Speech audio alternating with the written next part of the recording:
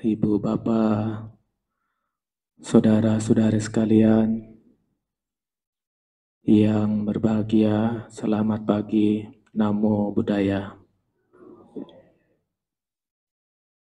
Seingat saya, hari ini saya kedua kalinya untuk hadir di Wihara Dhammacaku ya. Kesempatan yang lalu kalau tidak salah bulan September. Hampir setahun ya. Ya, terasanya hampir setahun kita ketemu lagi. Saudara sekalian, sebagaimana umat Buddha yang baik, tentunya kita punya kesempatan untuk belajar ajaran Sang Buddha, Dhamma Sang Buddha. Memang belajar Dhamma itu tidak hanya cukup satu kali, dua kali, apalagi kalau umat Buddha mau pelajari ajaran Sang Buddha itu cukup banyak. Ya, bisa dibayangkan Sang Buddha mengajarkan Dhamma 45 tahun. Tadi di atas tuh saya ada lihat buku Tipitaka ya. Sudah lengkap, Ibu. Satu lemari ya. Jadi kalau ada umat Buddha mau menjadi pegawai negeri, mau disumpah, saya selalu menolak. Mengapa menolak? Karena saya tidak sanggup mengangkat Tipitakanya, kitab sucinya. Ya toh? Nah begitu ya, saking banyaknya kitab suci agama Buddha. Oleh karena itu kita mau belajar, tiap minggu kita belajar, mungkin sepanjang hidup kita belum tentu kita bisa menyelesaikan. Nah saudara sekalian, suatu ketika Sang Buddha pernah berada di salah satu kota perdagangan, suku Kolia. Nama kota ini Kakarapata. Nah dari suku Kalia ini, ada seorang umat awam mendatangi Sang Buddha. Dan dia memohon kepada Sang Buddha. Bante, nah gini ya percakapannya, ini percakapan. Ini juga diambil dari salah satu sutta. Namanya Sutta Vyagapajja Sutta. Nah di percakapan ini, umat awam ini meminta kepada Buddha untuk mengajarkan Dhamma kepada kami ini, Bante. Di mana kami ini masih senang dengan kesenangan duniawi. Ya. Senang mengumpulkan keindahan duniawi. Senang berkumpul dengan anak istri. Senang mengumpulkan kekayaan. Apa jawaban Sang Buddha? Apakah Sang Buddha menjawab tidak boleh? Nah justru saudara sekalian, Sang Buddha dengan penuh meta beliau tidak memandang siapapun juga. Ya, beliau juga dengan kasih sayang yang mendalam mengajarkan Dhamma. Nah waktu itu umat berumah tangga ini meminta mengajarkan Dhamma untuk supaya di kehidupan sekarang ini dapat memperoleh kekayaan dan kebahagiaan. Ditambah kehidupan yang akan datang. Ya, jadi dalam kehidupan sekarang ini supaya dapat kekayaan dan juga hidup bahagia. Dan juga kehidupan yang akan datang seperti demikian. Nah, bisa paham ya? Nah, ini salah satu. Karena ini penting. Karena tidak semua umat Buddha paham. Apalagi bagi saudara yang mungkin baru mengenal agama Buddha. Saya pernah di Bali. Ini umat Buddha yang masih belum paham benar.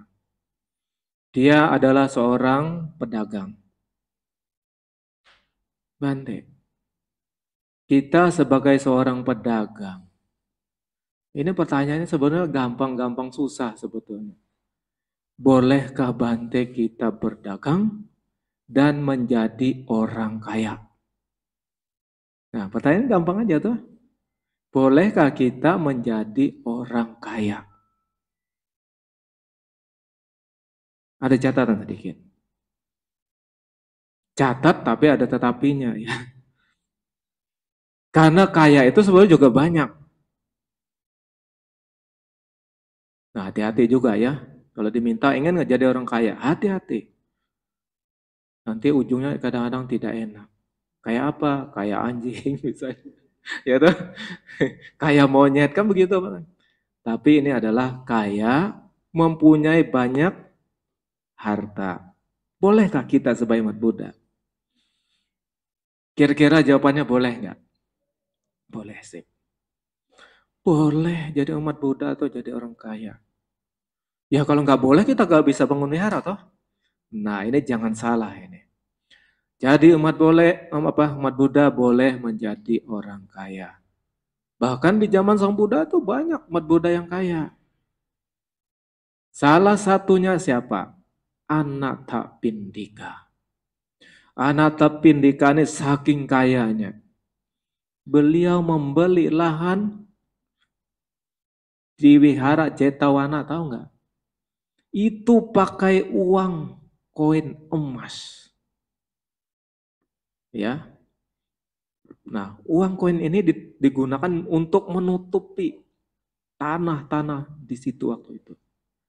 Jadi seberapa luas tanah itu bisa ditutupi dengan uang koin, itulah milik hartawan Anathapindika. Nah, siapa yang pernah pergi ke sana udah? Luas. Taman Anathapindika itu luas.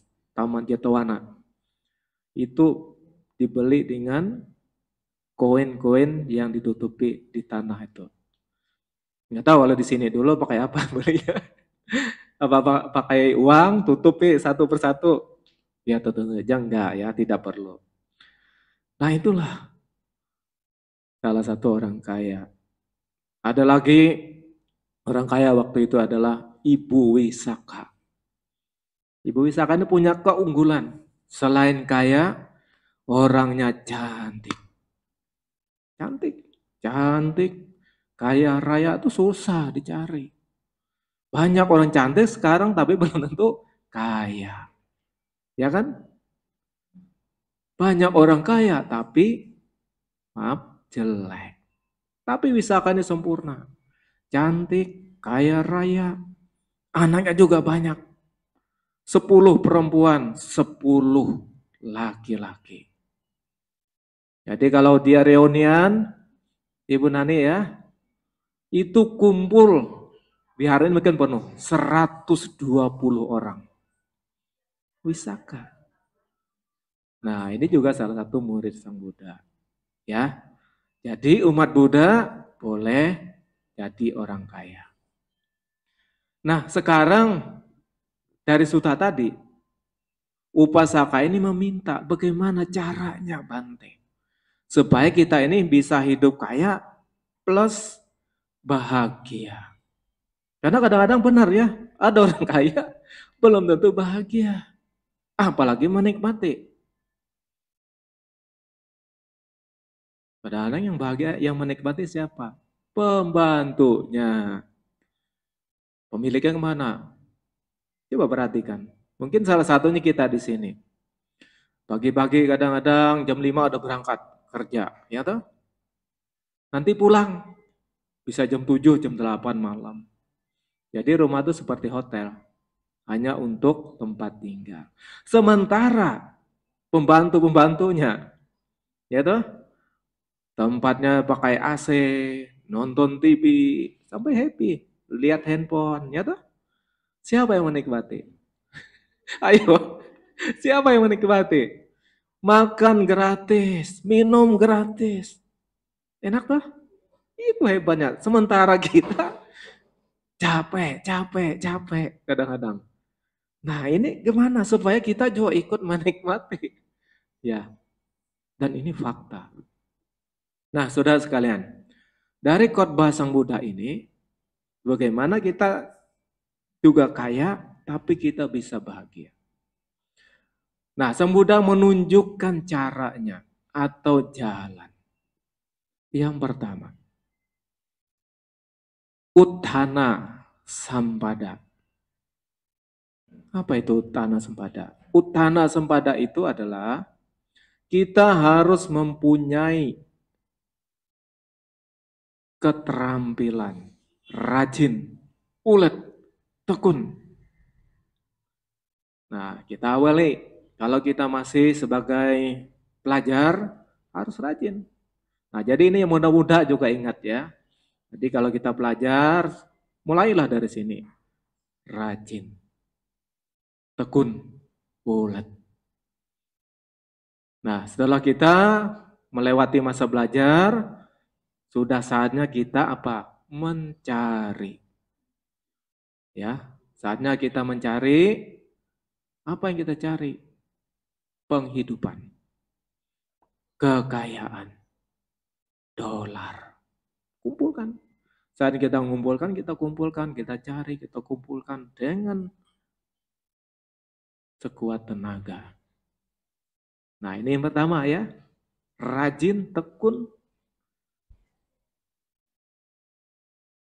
Itu yang pertama. Yang kedua, Araka Sampada. Setelah kita sekian lama mengumpulkan kekayaan, mengumpulkan apakah itu uang, emas, perak, dan sebagainya. Kita jaga, kita rawat. Ya. Nah, ini saya pernah juga ketemu kasus di Tangerang. Ini ada bapak-bapak baru mengenal agama Buddha. Bapak ini dia punya toko emas. Tapi dia begitu mengenal agama Buddha, dia menganggap agama Buddha itu harus melepaskan. Maka dia lepaskan. Dia biarkan para pegawainya untuk apa? Memproses, menjaga, dia mempercayai. Lalu Bante bilang, kalau begitu nanti kalau diambil, ditipu bagaimana? Itu karmanya dia nanti Bante. Akhirnya apa? Perusahaan ini, toko ini menjadi apa? Bangkrut. Anak istrinya protes, tidak peduli. Nah, sudah sekalian, cara seperti ini juga tidak benar. Ya, hati-hati, jangan begitu. Kita tidak boleh mempercayakan ke karyawan kita. Ya, jangan berpikir nanti dia dapat karma itu kita salah juga. Nah, ini saya minta supaya kita apa? Bijaksana seperti apa sebagai pengelola, sebagai pemilik. Paham ya kira-kira? Dijaga, dirawat, syukur-syukur bisa kita tambah. Tambah terus, tambah. Kalau nggak dijaga, Bapak Ibu Saudara sekalian, jangankan harta benda yang kita miliki, ingat, pasangan hidup kita juga bisa lari dari kita. Ya, ibu-ibu terutama bapak-bapak jaga pasangan hidup kita. Anak-anak kita juga harus kita jaga. Itu pun juga sudah dijaga, masih ada yang kecolongan. Ini perlu kita jaga. Ya, kita tidak boleh pasrah dengan karma. Ya, agama Buddha kan tidak pernah diajar pasrah kita. berjuang. Nah, begitu ya. Menjaga apa yang sudah kita miliki. Baik itu harta benda, termasuk juga keluarga kita. Supaya apa? Supaya tidak gampang hilang, tidak gampang rusak, tidak gampang dicuri orang lain, atau juga tidak mudah diambil oleh ahli waris yang tidak bertanggung jawab, tidak baik. Nah, kita jaga. Kemudian yang ketiga, kalyana mita. Carilah sahabat, teman-teman yang baik. Ya, jadi usahakan teman yang baik. Apa ciri-ciri teman yang baik? Ya, ciri-ciri teman yang baik adalah dia ikut menjaga kita, ikut menjaga saudara. Dia juga mempunyai moral yang baik, punya sila yang baik, punya keyakinan yang baik. Jadi kalau kita misalnya jalannya agak melenceng, teman yang baik ini biasanya selalu memberitahukan ini tidak benar. Ya, secara gampangnya adalah berusahalah mencari teman bukan penjahat. Ingat tadi kan di dalam Manggala Sutta ada tuh asewana cak balanang. Apa itu? Tidak bergaul dengan orang-orang yang tidak bijaksana. Bijaksana dalam artian di sini adalah orang jahat. Nah, ya, bergaulah dengan orang-orang yang bijaksana. Orang-orang yang punya moral, punya sila, punya mata hati yang luhur, yang baik. Ya, bisa ya, usahakan tidak bergaul kepada misalnya pencuri, perampok, penjudi, pemabuk, dan lain sebagainya. Ya, itu ada di Sutta. Sebetulnya ada, kalau mau lengkap ada di dalam Sutta.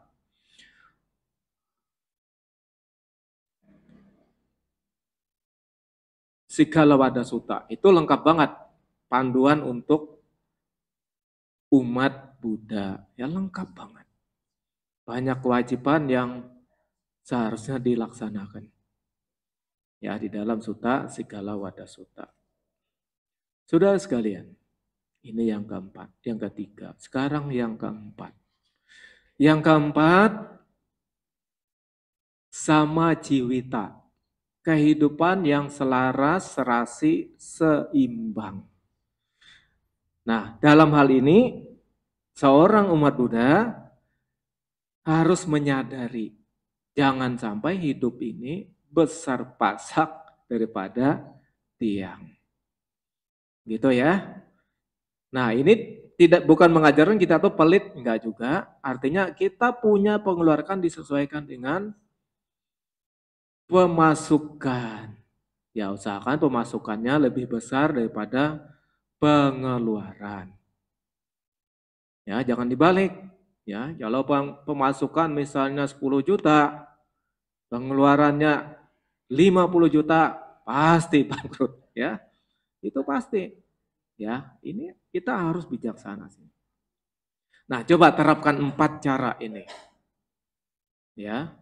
Ada di dalam ajaran Buddha 4 cara ini. Supaya apa? Nanti kita bisa berhasil di dalam kehidupan ini. Ya, untuk sebutan kekayaan ya tentu sesuai nanti ya karma masing-masing. Karena banyak juga orang sudah bekerja keras tapi juga tidak ada kemajuan. Ya. Ada tuh? Nah, ada juga nih udah kerja malam-malam, pagi-pagi udah berangkat, pulang malam, hasilnya kurang, masih ngutang malah ya. Ngutang, gali lubang, tutup lubang. Ada juga tuh? Ada. Nggak masuk akal tuh. Udah kerja keras, sudah bangunnya pagi, pulangnya malam, tapi masih kurang. Ada kan? Nggak masuk akal. Ada juga. Nah, Tapi ada juga ya sudah kerja keras, bangunnya pagi, pulangnya sore atau malam, hasilnya juga sesuai. Cukuplah, cukuplah. Tapi ada juga yang nggak masuk akal. Orang bangunnya kesiangan, orang jalannya santai, tapi hokinya tambah terus. Malah jalan-jalan. Jalan ke Bali, ke Bromo, ya, ke luar negeri, ke Thailand. Tapi masuk terus. Ya, udah ada transfer Pak, 100 juta misalnya. Ada juga. Hebat tuh. Enggak kerja keras kelihatannya. Tapi hokinya selalu berkembang, tambah terus, tambah terus. Nah, saya kan ada pengalaman dulu ya waktu ke India itu kan dikira ke India kan dia kan nggak bisa kerja, tapi selama perjalanan dia sambil kerja, tapi nah dana masuk, duit masuk terus masuk rekening, hebat tuh. Nah itu hebatnya. Mengapa demikian? Ya kalau kelihatannya itu memang tidak masuk akal. Itulah sudah sekalian permainan dari karma. Ya, jadi ini permainan karma yang tidak bisa dilihat oleh mata biasa. Tapi siapa yang bisa lihat? Ya orang bijaksana seperti Buddha. Nah mereka melihat dengan jelas. Nah oleh karena itu kita ini hidup memang berbeda. Disinilah permainan karma tuh. Kenapa kita tidak sama satu sama lain. Meskipun seperti yang tadi saya sampaikan, sama-sama kerja keras, sama-sama rajin, udah ulet, udah tekun, tapi hasil tidak sama. Inilah perbedaan dari perbuatan kita. 4 cara untuk bisa memperoleh kehidupan bahagia di alam sini. Apakah sudah cukup? Belum cukup. Ya. Karena kalau kita hanya mencari yang 4 ini, ya sebetulnya nggak usah belajar agama Buddha juga sudah bisa betulnya ya. Ya kan? Kan banyak orang yang tidak mengenal agama Buddha juga banyak yang kaya raya. Sukses, ya kan? Senang-senang sana. Ya, sebetulnya banyak juga yang tidak mengenal Buddhis, dia juga bisa sukses. Tapi kalau kita hidup ini mencari yang tadi, kekayaan, duniawi, ini belum cukup. Nah, oleh karena itu, sesuai dengan permintaan Upasaka ini, 3 janu, yang selanjutnya adalah untuk kekayaan di alam selanjutnya. Alam selanjutnya itu apa? Alam di mana kita setelah kematian ini. Ya bisa juga ya, kembali ke alam manusia kan bisa juga. Lahir di alam dewa juga bisa juga, atau di alam yang lain. Karena kita hidup ini tidak hanya satu kali sekarang ini. Oleh karena itu, 3 janu ini menyadari juga, supaya kehidupan akan datang kita ini juga hidup bisa bahagia, syukur punya kekayaan. Nah oleh karena itu, yang selanjutnya ini agak berbeda dengan yang tadi. Maka yang selanjutnya, upasaka 3 janu yang perlu kita lakukan dalam kehidupan ini adalah 1, mempunyai keyakinan. Nah, umat Buddha terutama mempunyai keyakinan atau sada. Keyakinan ini bisa juga, sada ini bisa diterjemahkan keyakinan, bisa juga diterjemahkan kepercayaan. Apa yang kita yakini, apa yang kita percaya. Ya, dalam hal ini ditekankan adalah keyakinan kepada Tiratana, kepada Buddha, kepada Dhamma, kepada Sangha.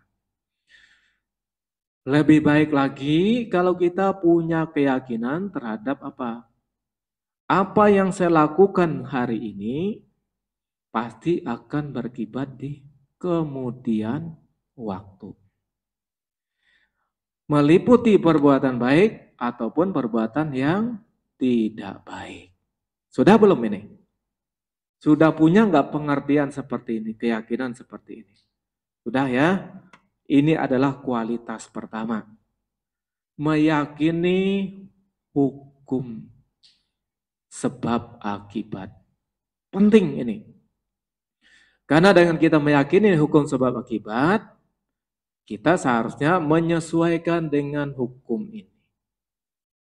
Prinsipnya sederhana. Kalau kita melakukan hal-hal yang baik, yang bermanfaat, ini akan mendatangkan kebahagiaan. Mendatangkan hal-hal yang baik. Ini prinsip hukumnya. Tetapi juga apapun yang kita lakukan melalui ucapan, pikiran, dan perbuatan jasmani yang tidak baik, ini akan mendatangkan penderitaan. Banyak, penderitaan itu banyak banget. Penderitaan itu banyak. Ya, bisa bencana, bisa penyakit, ya, bisa kehancuran, kerugian, dan sebagainya. Banyak banget. Nah, istilahnya tidak menyenangkan. Nah, ini saudara sekalian adalah salah satu kerja dari hukum alam ini. Ya, bagian dari 5 niyama, dhamma niyama, ingat ya. Kama niyama. Jadi hukum perbuatan yang berlaku untuk semua makhluk. Tidak hanya umat Buddha, tapi untuk semua makhluk. Oleh karena itu, orang mengakui atau tidak mengakui akan hukum ini, atau agama Buddha, hukum ini tidak peduli. Dia akan berlaku. Nah, makanya umat Buddha tidak hanya meyakini, tapi juga hendaknya memahami. Ya, ini keyakinan. Syukur-syukur punya keyakinan terhadap ajaran Sang Buddha. Ya, sangat penting. Saudara sekalian, itu yang pertama. Yang kedua, mempunyai kualitas moralitas. Nah, jadi dalam kehidupan ini, makanya setiap ada pertemuan seperti ini, nah umat Buddha diingatkan moralitas. 5 sila. Nah, 5 sila ini tidak hanya diucapkan, tidak sekedar diucapkan sebetulnya, tapi ada tujuannya. Ya, Sang Buddha mengajarkan 5 sila ini tidak sekedar hanya diucapkan, tapi ada tujuan. Apa tujuannya, Bante? Silena sugating yanti. Pernah dengar nggak? Tadi dengar tuh? Nah, apa artinya? Silena sugating yanti. Dengan melaksanakan sila, agar si pelakunya bisa terlahir di alam sugati. Tahu sugati ya? Nah, kalau yang sudah belajar dalam kelas pasti tahu, saya tidak ragu lagi. Sugati atau sugating itu alam bahagia, alam surga. Saya kasih tahu, umat Buddha kadang-kadang minder. Coba kalau dengan agama lain, ceritanya surga luar biasa. Bahkan saking pengennya lahir di surga.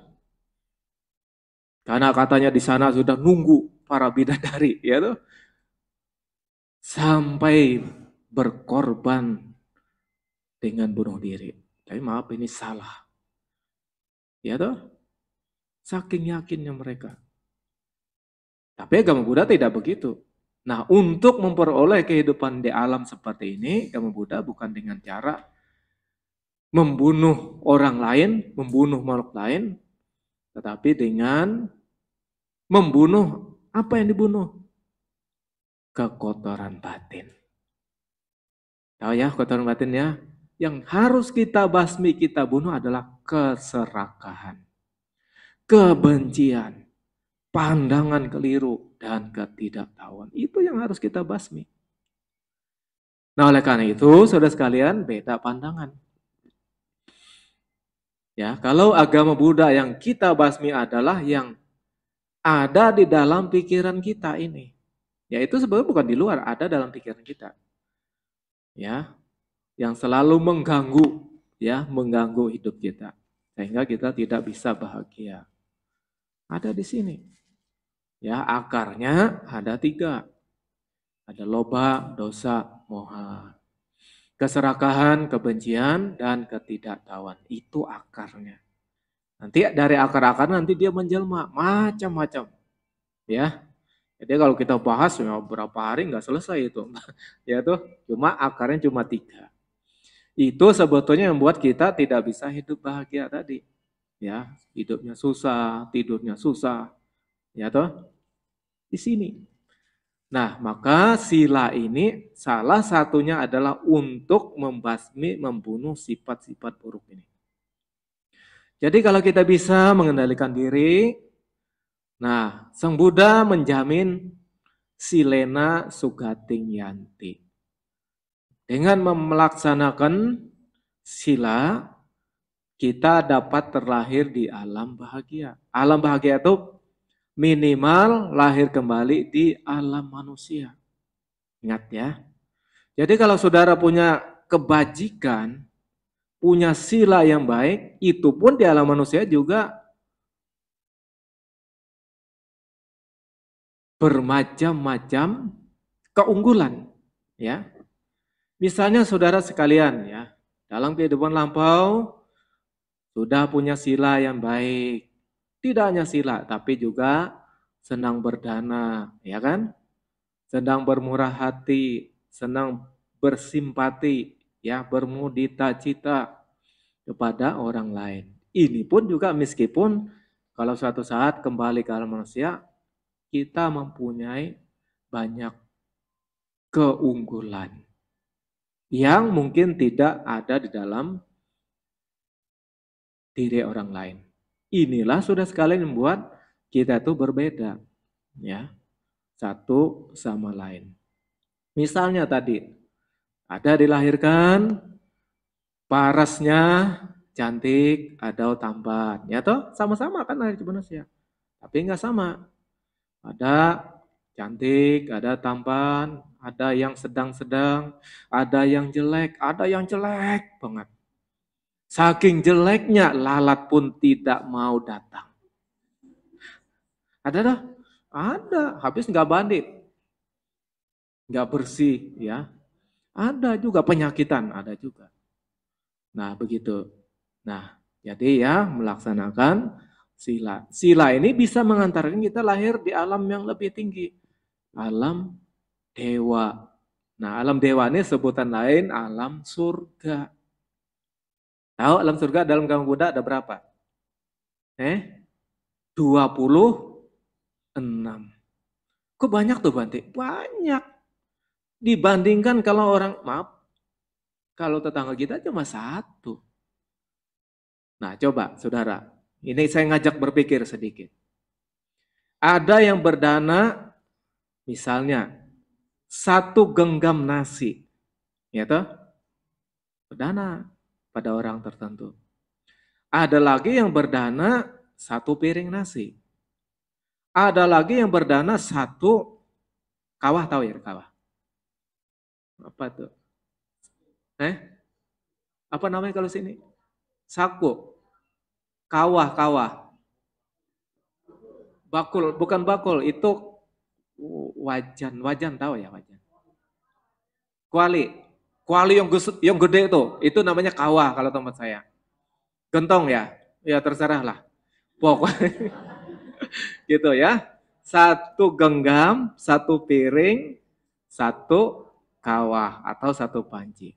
Bayangkan, kalau masuk surga, surganya sama. Yang untung masuk surga yang mana? Yang 1 genggam tuh. Ngapain kita banyak-banyak berbuat baik? Sama-sama masuk surga. Betul nggak? Kita gunakan logika, kata. Itulah ciri agama Buddha, logika. Paham ya? Agama Buddha itu mengajarkan kita pintar sebetulnya.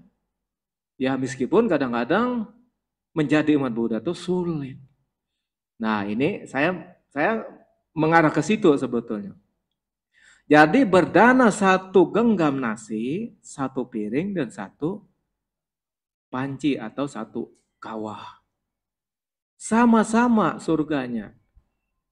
rugi yang berdana satu panci atau satu piring. Betul nggak? Surganya satu kok. Sama juga saya. Saudara misalnya melaksanakan hanya 5 sila. Saya melaksanakan ratusan sila. Surganya satu. Rugi saya jadi biku. Ngapain? Betul tuh? Ayo, benar nggak? Coba kita logika pakai. Itulah agama Buddha, cara berpikir agama Buddha. Mengapa surganya banyak? Ya karena perbuatan seseorang atau makhluk itu berbeda-beda. Nah, paham? Menarik sebetulnya agama Buddha itu kalau kita benar belajar. Makanya ada surga yang paling bawah tuh umurnya berapa? 50 tahun itu sanya di sana 1 hari 1 malam. 1 hari 1 malam di situ. Di sini berapa? 50 tahun sudah tua kita. Sudah tua kita. Maaf saya bahasa Banjar sedikit. Kita udah tua. Di sana baru 1 hari 1 malam. Ya toh? Itu hebat di alam sana. Nah, di alam sana yang paling bawah itu rata-ratanya 9 juta tahun. Dan menarik. Tidak ada di sana penampakan usia tua, Bu, ya. Jadi semua itu muda. Seperti usia remaja 17 sampai 20 tahun. Bayangkan. Nggak perlu. Nggak perlu punya lipstick. Nggak perlu punya bedak. Udah cantik dulu, ngapain? Itu klien di sana, menyenangkan. Pokoknya hidup tuh senang. Ya, senang. Itulah hebatnya agama Buddha. Sang Buddha mengajarkan. Tapi kan Bante untuk ke surga kan nunggu mati. Siapa bilang? Tidak harus. Ingat gak Sang Buddha? Tapi saya lupa apakah wasa ke-7 atau ke-8. Beliau pergi ke alam surga selama masa wasa. Ada tuh di riwayat ada tuh. Apa yang dilakukan? Mengajarkan dewa-dewa, mengajarkan Dhamma. Artinya apa? Beliau masih hidup, bisa aku ke sana. Terus muridnya yang terkenal sakti siapa? Bante Moggallana. Sering traveling ke alam surga. Ini saya usul nih bapak-bapak sini ya, ibu-ibu. Jangan ajak ke Jogja aja traveling. Coba sekali-sekali ke alam dewa. Ya, ya dah. Jangan hanya ke Bangkok aja. Nah, ke alam surga bisa. Ayo, setuju nggak? Nah, gitu loh. Ya, jadi kita jangan membayangkan nunggu mati baru ke sana, tidak. Karena namanya perbuatan baik, kita bisa nikmati dalam kehidupan sekarang. Karena sebetulnya istilah kata surga itu adalah menggambarkan di mana kondisi batin kita, kondisi keadaan kita itu dalam suasana menyenangkan. Dan itu bisa dalam kehidupan sekarang. Tadi Dhammapada. Apa tadi? Ida nendati, peja nendati. Dibaca ya tadi ya? Saya dengar ya tadi. Ida nendati, peja nendati. Apa itu? Ia berbahagia di alam sini. Alam sini itu mana? Ya sekarang. Alam kita lahir sekarang. Bahagia. Senang. Ya apalagi seperti yang tadi yang sudah saya sampaikan. Udah punya kaya raya, orangnya cantik, orangnya tampan, duitnya banyak, dolarnya banyak, emasnya berkilo-kilo. Apa enggak bahagia? Ya tuh, happy. Kalau bisa menggunakan. Tapi kalau nggak bisa ya orang lain yang menikmati itu. Bisa kita happy. Di alam sini. Ida nadati, peca nadati. Ia juga berbahagia di alam sana. Artinya alam setelah kehidupan sekarang ini, kita meninggal dunia, lahir kembali, alamnya juga bahagia.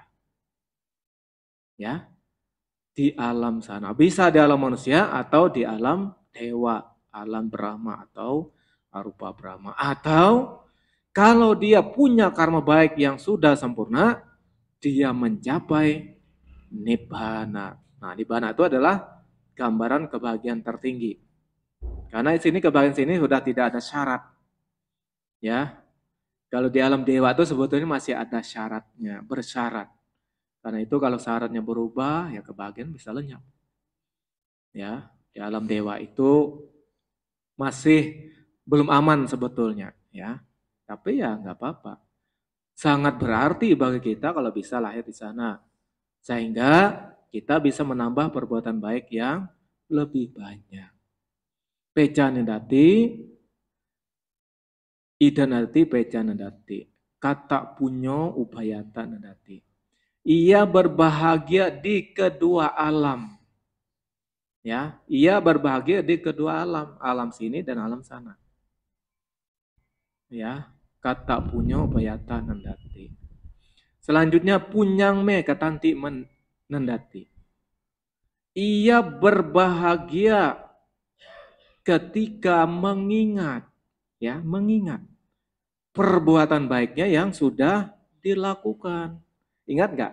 Ayo coba.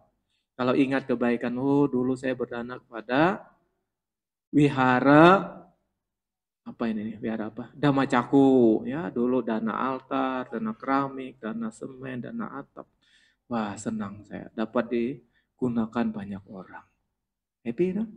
Apalagi ketika mau meninggal dunia ingat lagi, oh dulu saya berdana. Ya kan? Sampai kita meninggal dunia. Bahagia. Ya, bio nadati sugating gato. Ia akan sangat lebih berbahagia lagi ketika sudah dilahirkan di alam bahagia. Ya, bio nadati sugating gato. Dia lebih berbahagia lagi ketika sudah dilahirkan di alam bahagia. Saudara sekalian. Nah, jadi tadi sampai moral ya. Untuk bisa mencapai ke sana, saya lengkapi lagi. Tadi yang kedua, yang pertama adalah keyakinan. Yang kedua adalah moral. Yang pertama itu disebutkan sebagai sada sampada. Yang kedua sila sampada. Yang ketiga, apa itu yang ketiga? Jaga sampada. Kemurahan hati.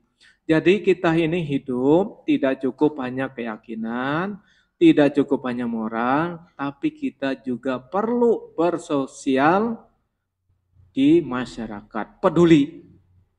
Karena kita hidup tuh tidak mungkin bisa hidup sendiri. Benar ya? Nah coba ingat, kita dulu lahir dari mana? Kan dari ayah dan ibu. Kalau nggak ada ayah dan ibu mungkin kita tidak lahir di sini. Itulah orang lain yang terdekat dalam hidup kita. Ayah dan ibu. Nah setelah lahir apakah bisa sendiri? Belum juga. Coba kalau bayi dilepas baru lahir, lepas aja. Taruh di tong sampah sana. Apa hidup? Enggak juga tuh. Nah kan banyak kasus sekarang tuh. Bayi ada yang dibuang di tempat sampah, mati juga. Enggak bisa hidup kita. Oleh karena itu kita hidup membutuhkan orang lain. Ya, sehingga diperlukan namanya kepedulian. Kepedulian yang pertama itu ya paling tidak peduli pada diri sendiri. Yang selanjutnya peduli pada orang-orang terdekat kita, ya, keluarga. Yang selanjutnya bisa dikembangkan peduli dengan teman-teman, dengan lingkungan. Ya, karena masyarakat itu kan banyak. Ada teman-teman kita, lingkungan kita yang sakit misalnya ya. Kita datang, satu saat kita datang, nengok. Nah kadang-kadang umat Buddha tuh tidak hanya di situ ya, bawa kadang-kadang ada bawa buah ya, Ibu Nani ya, bawa buah, bawa bunga. Nah itu salah satu kepedulian kita, jaga. Boleh juga disebut dana, ya boleh istilah dana atau jaga sebenarnya mirip aja. Nah bahasa yang lain adalah berdana, berdana, membantu yang perlu kita bantu. Jadi sebagai umat Buddha juga tidak boleh kita tidak peduli. Ada keluarga yang sakit, biarlah karmanya dia juga. Terus kita pergi kerja pulang malam, pergi malam apa pagi pulang malam, nggak peduli, pokoknya sibuk. Itu juga kurang bagus. Ya ini harus seimbang ya. Nah gitulah. Inilah pentingnya kita pelihara. Jadi kalau ada anggota kita, ya anggota kita ada yang sakit, nanti kita bersosialisasi seperti ini, nanti pasti ada di antara kita yang peduli, yang datang. Paling tidak ya berkunjung. Nah gitu, apalagi kalau ada di antara kita meninggal dunia, tidak mungkinlah umat Buddha di sini membiarkan gitu dah, ya. Nah, saya kemarin ingat waktu Ibu Nani orang tuanya meninggal, saya juga ikut tersentuh. Ya, ya udah saya bilang nanti malam kita baca parita di situ. Itulah buah perbuatan baik. Ya. Tapi kadang-kadang ya kalau kebaikan kita punya, tidak usah dicari, datang sendiri. Saya banyak cerita pengalaman. Ada banyak orang pengen mencari Bante. Ada keluarganya meninggal, ternyata Bantenya pergi. Mana? Ke ujung dunia, Kalimantan. Kan susah dicari tuh. Wah, nggak dapat. Cari Bante lain, pergi juga. Akhirnya apa? Nggak dapat Bante. Itu kalau kita kurang kebajikan. Tapi kalau kita banyak kebajikan, ada yang bantu. Tempo hari ada yang dari Bali, keluarganya sana sini, tidak dapat Bante. Saya waktu itu kebetulan dari Kalimantan masih. Telepon, Bante, tolong, ada di mana? Saya Kalimantan, saya bilang. Ada apa? Keluarga saya, Bante, di Jakarta ada yang meninggal. Saya sudah ke sana kemari cari Bante, tidak dapat. Apa Bante bisa datang? Ya baik, saya bilang, saya bisa. Karena waktu itu saya memang sudah waktunya pulang ke sini. Nah gitu. Jadi kalau mau dibacain parita, didoakan oleh orang banyak, lakukan yang namanya jaga. Ya, ini saatnya kita melakukan kebaikan itu. Ya. Yang keempat adalah panya, kebijaksanaan. Umat Buddha harus bijaksana, tidak boleh telan mentah-mentah. Ya. Jadi praktik dhamma itu juga diikuti dengan akal sehat. Ya, akal sehat ya. Punya keyakinan dilandasi dengan akal sehat. Punya moralitas dilandasi dengan akal yang sehat. Ya. Itu ciri agama Buddha. Ya, jangan ditelan mati, ditelan mentah-mentah. Tapi kita perlu dicerna dengan akal sehat. Syukur-syukur kita bisa mengembangkan pikiran kita. Ya. Melatih batin kita menjadi mempunyai pengertian yang benar. Banyak itu pengertian benar ya.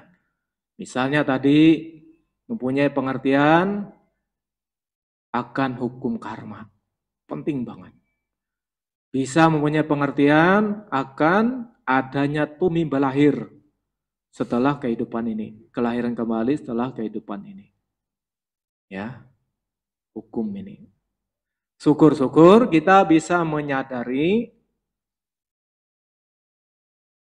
munculnya penderitaan, sebab penderitaan ya toh, itu lebih baik lagi. Supaya apa? Supaya hidup kita ini jangan tambah penderitaan terus. Kalau bisa kita kurangi. Ya ini ciri seorang umat Buddha harusnya begitu. Kita bisa mengurangi penderitaan. Meskipun kita belum bisa melenyapkan secara total. Mengurangi. Kurangi. Nah ini sangat baik saya pikir ya. Bisa mengurangi penderitaan. Gimana Bante? Ya salah satunya berbuat baik. Punya moral yang baik. Ya kan? Saudara sekalian, banyak pengertian benar. Ya syukur-syukur juga ya bisa memahami sedikit banyaknya jalan menuju terbebas dari penderitaan. Ya meskipun kita belum bisa bebas secara total, tapi paling tidak itu tadi mengurangi. Nah, umat Buddha diajarin oleh Sang Buddha itu jalan tengah. Nah, jalan tengah ini terlalu banyak kayaknya. Saya ringkas saja 3. Ada sila, samadhi, panya. Tadi sudah dilaksanakan loh. Sila sudah, meditasi sudah. Nanti pengembangan sila dan meditasi ini yaitu tadi. Nanti akan muncul nanti pengertian benar. Mengerti akan hukum karma, mengerti akan sebab akibat. Ini penting. Saudara sekalian, nah inilah pentingnya kita belajar agama Buddha. Ya, kita bersyukur kita punya kesempatan dapat belajar Dhamma. Karena belajar Dhamma itu sulit. Ya, Sang Buddha nyatakan itu sulit. Sudah sulit, belum tentu juga banyak orang tuh belum tentu tertarik. Ya. Nah, di dunia ini berapa? Di Indonesia ini berapa? Banyak masyarakat Indonesia, tapi tidak tertarik agama Buddha. Malah menganggap agama Buddha itu adalah apa? Saya dulu pernah dipanggil setan jalan. Pernah dulu anak kecil karena ya jauh. Kita dianggap tuh sebagai apa ya? Yang salah menurut mereka. Nah, gitu. Pernah. Ya, dianggap kuno dan sebagainya. Termasuk ini benar. Ya, umat Buddha tidak tertarik ke wihara karena dianggap agama Buddha itu kuno. Apalagi kalau datang ke wihara, ya, lihat altar seperti ini. Ini bagus sebetulnya. Ada altar di beberapa cetia atau wihara itu seperti apa ya? Seperti gudang. Nah, di depannya ini banyak patung-patung seperti museum. Sudah banyak patung-patung yang tidak jelas, debunya juga tebal, tangkai dupanya juga dibiarkan, jadi pemandangan itu jelek banget, tidak menarik. Ya, sehingga mereka beranggapan, oh agama Buddha itu kadang-kadang juga menyembah patung, menyembah berhala. Nah, kesan inilah yang biasanya di dalam pikiran masyarakat kita. Nah, oleh karena itu ya ada baiknya juga kalau ini bagus nih, menarik nih ya. Altarnya bagus, ya ada bunganya, ada lilin, ada altar Buddha, ini menarik banget. Ya kalau Thailand tuh saking menariknya, tahu nggak? Ada patung Buddha yang hampir 2 meter. Itu terbuat dari emas murni. Di Bangkok ada Ibu. Nanti kalau pergi ke Bangkok carinya. Di Wat Pramit kalau nggak salah. Golden Temple. Nah nanti cari aja pasti. Itu terkenal. Nah emas semua patungnya. Tapi kalau di sini saya tidak jamin. Bisa digotong. Dulu di Malang pernah hilang patung. Karena isunya patung itu dari emas hilang. Saya cerita dari Bantai Kanti. Tapi habis hilang itu dikembalikan. Nah setelah kembali nih hidungnya udah rusak. Ya mungkin dewanya nggak kasih itu ya. Akhirnya kembalikan.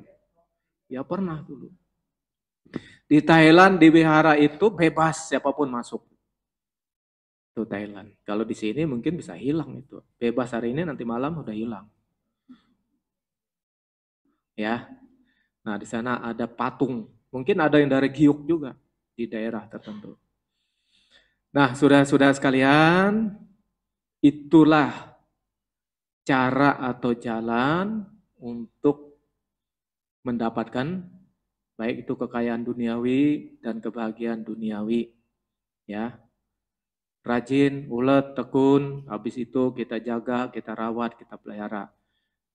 Cari pergaulan yang baik, ya orang-orang baik. Dan tentu juga mempunyai keseimbangan antara pemasukan dan pengeluaran. Efisien.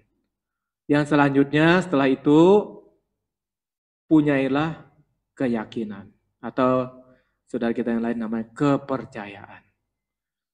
Selain itu moralitas, kedermawanan dan kebijaksanaan. 8. Ya ini bisa mendapatkan apa yang kita harapkan dalam kehidupan sekarang dan kehidupan yang akan datang. Tentu saja jangan mengukur yang setinggi langit ya. Ini tentu sesuai dengan kemampuan masing-masing ya. Kayaknya itu sampai di mana itu sesuai kemampuan dan karma baik kita masing-masing. Ya, saya kira cukup apa yang saya sampaikan pada pagi menjelang siang hari ini. Ya, semoga apa yang saya sampaikan menambah pengertian bagi Bapak Ibu Saudara sekalian. Jadi tidak lagi berpikiran menjadi umat Buddha, tidak boleh menjadi orang kaya itu keliru. Silakan menjadi orang kaya, tapi harus didapat dengan cara-cara yang benar, sesuai dengan Dhamma. Silakan. Kalau tidak ada umat Buddha yang kaya, kita nggak bisa bangun wihara. Ya toh? Ya Bante nggak punya wihara, mau tinggal di mana? Ya kan? Tidak ada putih. Ya, jadi pengertiannya harus kita tinggalkan. Tidak benar. Di zaman Sang Buddha pun juga yang berdana untuk wihara, untuk putih itu dari orang-orang kaya. Ya, nah ini saya perlu sampaikan supaya pengertian ini jangan sampai muncul. Jadi beragama Buddha siapapun juga boleh. Ya, karena agama Buddha itu mengajarkan kita jalan. Jalan menuju untuk kebahagiaan dalam kehidupan sekarang, kehidupan yang akan datang, dan juga mencapai nibbana. Jadi kalau kita misalnya belum mencapai nibbana, paling tidak dua itu kita dapat. Ya kan? Sekarang dan akan datang. Nah itu minimal. Nah syukur kalau kebahagiaan kita sudah sempurna, sudah cukup, kita bisa menyelesaikan semuanya dengan baik. Sudah selesai. Terima kasih. Selamat siang. Namo Buddhaya. Namo Buddhaya.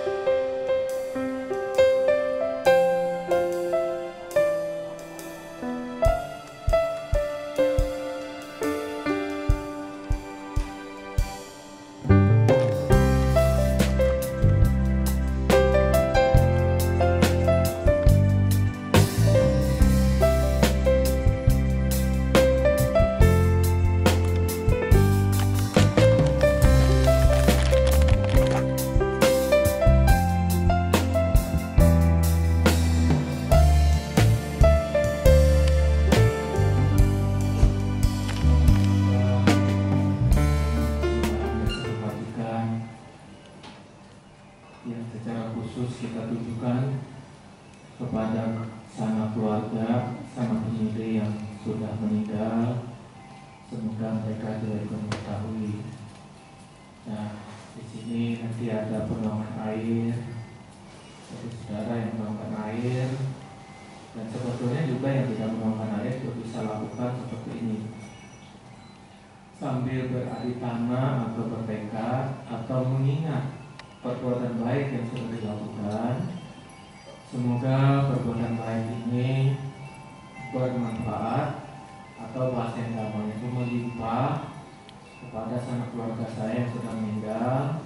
Semoga mereka ikut mengetahui dan berbahagia, gitu ya. Atau dalam kecelakaan ada idang lo yang kita putus, kita bentuknya saya. Semoga jasa-jasa melimpah kepada sanak keluarga yang sudah meninggal. Semoga mereka berbahagia. Dan mari kita lakukan hal ini kepada keluarga kita masing-masing.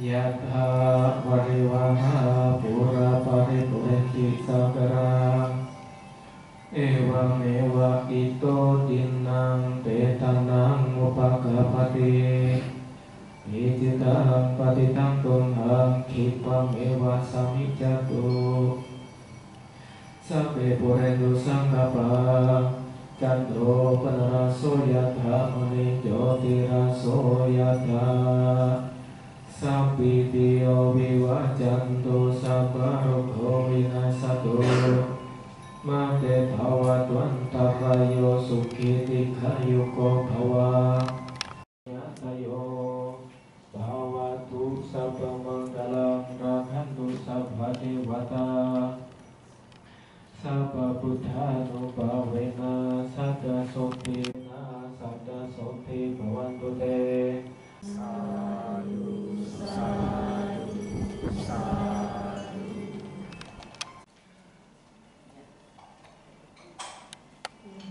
siang, Bapak Ibu, saudara-saudara sekalian. Sotihotu Namo Buddhaya.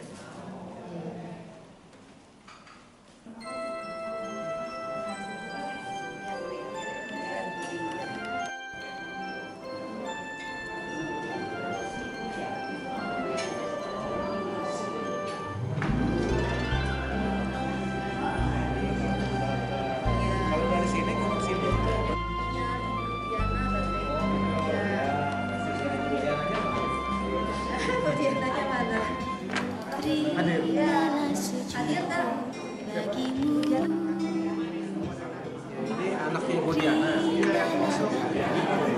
Gitu. Istrinya.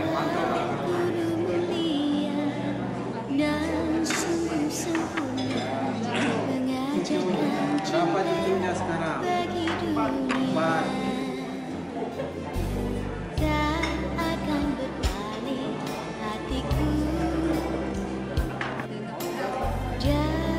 Kurang banyak Pak Teh. Anak BCA lagi ujian, jadinya mereka anak mudanya. Dan bijaksana jalanmu terang bagi dunia. Sungguh besar kasih Sang Buddha, Guru Agung Maha Bijaksana. Kau ajarkan damai bagi dunia, ku bersujud padamu Sang Buddha.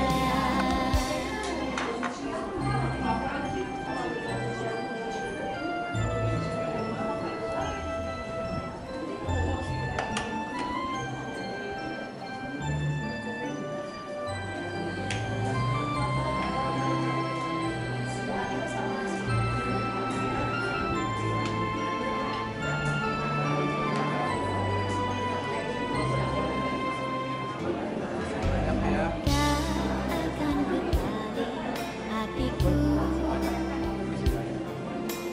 dari kedua kasihmu.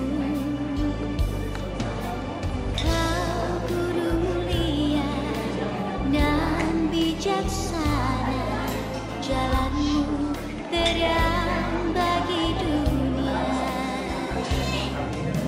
Sungguh besar kasih Sang Buddha, Guru Agung Maha Bijaksana.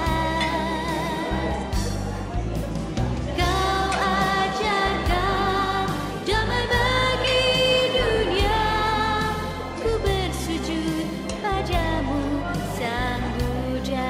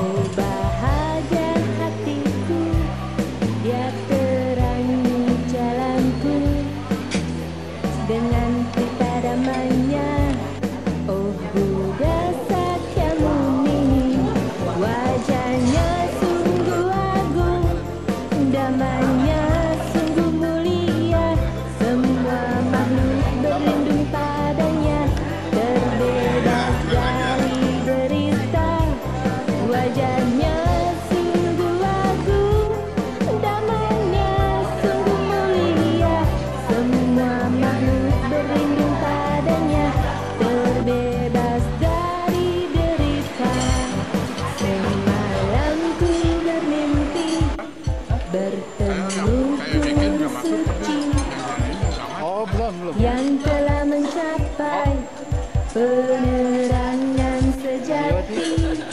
Oh bahagia hatiku, dia terangi jalanku dengan pelita damainya. Oh Buddha